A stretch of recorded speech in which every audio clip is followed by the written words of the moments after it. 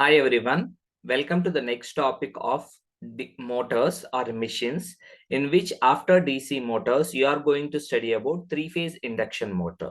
So to begin with, we start with three-phase induction motor construction. So as like other machines, so it also has, so in the three-phase induction motor, these are the topics which you have to study. The first one is construction. Later we go about rotating magnetic field theory. If you know about rotating magnetic field theory, you'll know about the working principle of the three-phase induction motor.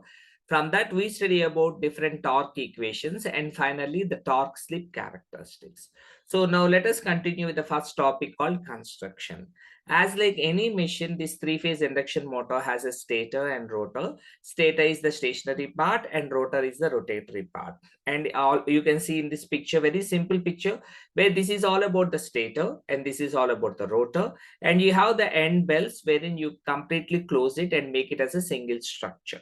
So here you can see the wiring cover where you provide the supply, and here you give the frame, and these are the end bells. These are the rotor, these are the conductors, these are the fan blades, and after that bearings and then shaft which is present actually.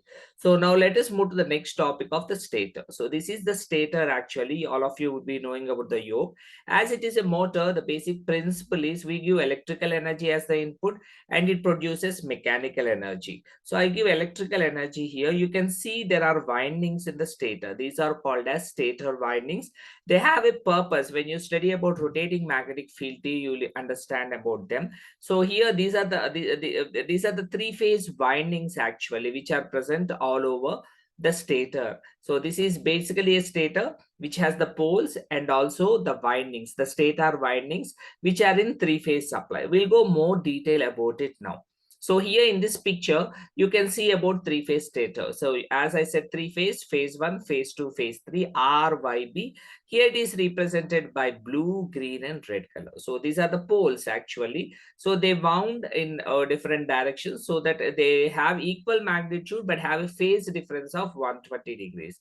That's how they are being wound, so that they completely form a picture like this.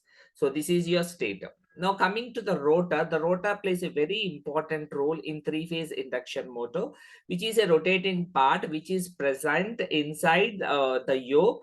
And all of you have to remember, between stator and rotor we have an air gap. They don't touch each other. Stator and rotor don't touch. We have a small air gap actually. And later, there are two kinds of rotors which are present in three-phase induction motor. The first one, or the mostly used one, is squirrel cage rotor. So you can see the picture, like there are two circles and there are bars. Whenever an animal or a squirrel or a rat goes into it, it gets stuck into it and it can't come out. That's what it's called, a squirrel cage motor. This is the cross section or circuit representation of a squirrel cage induction rotor. And this is the complete solid structure. If you can see the solid, you can see these are the copper conductors or the windings which are present actually. This is the closed path and this is the shaft, rotor core, slots on which the conductors are present, and then there is a shaft.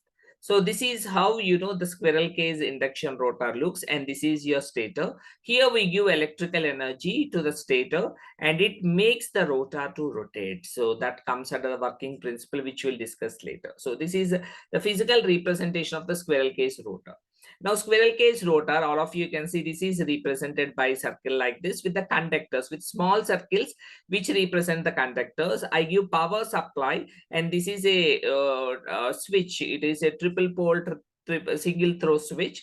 So and after that you have a stator windings which are represented by the three windings, and then you have the rotor which is a squirrel cage induction rotor. So this is one of the rotor which is present. And the second rotor which is meant for your three-phase induction motor is slip ring induction motor. So the thing is, like, it has three slip rings. All of you can see 1, 2, 3 slip rings are present, and all the conductors, they come attach here, like are three. Why three? Because one is for first phase, one is for second phase, the other one is for third phase. All the three phases come and attach to these slips actually.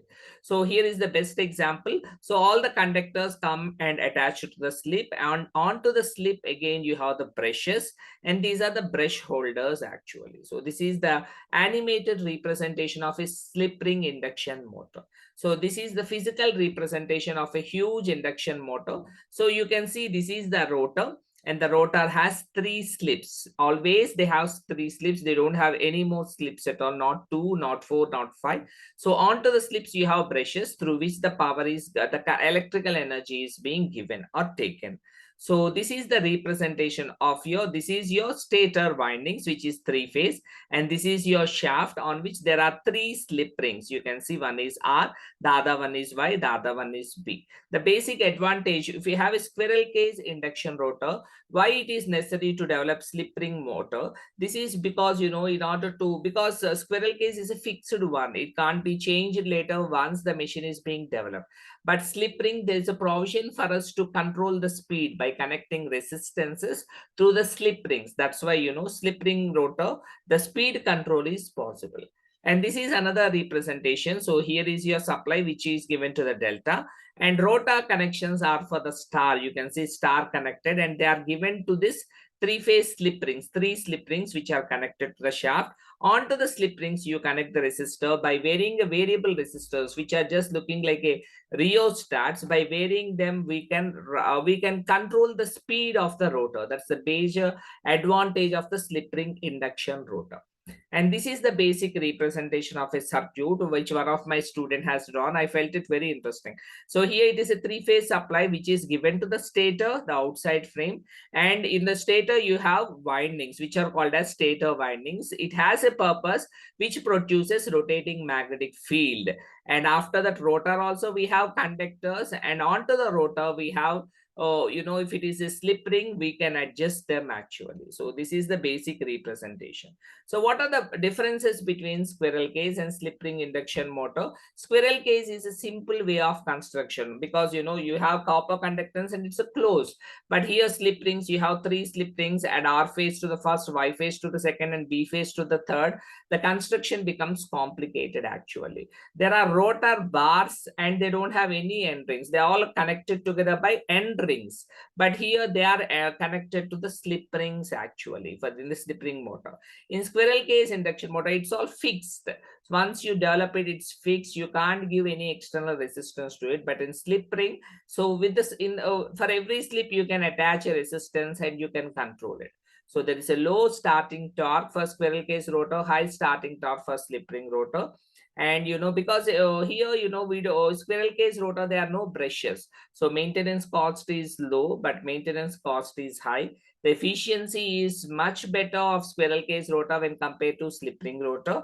And after that, because the construction is simple, they are very less in cost. The squirrel cage rotor are less in cost when compared to slip ring rotor.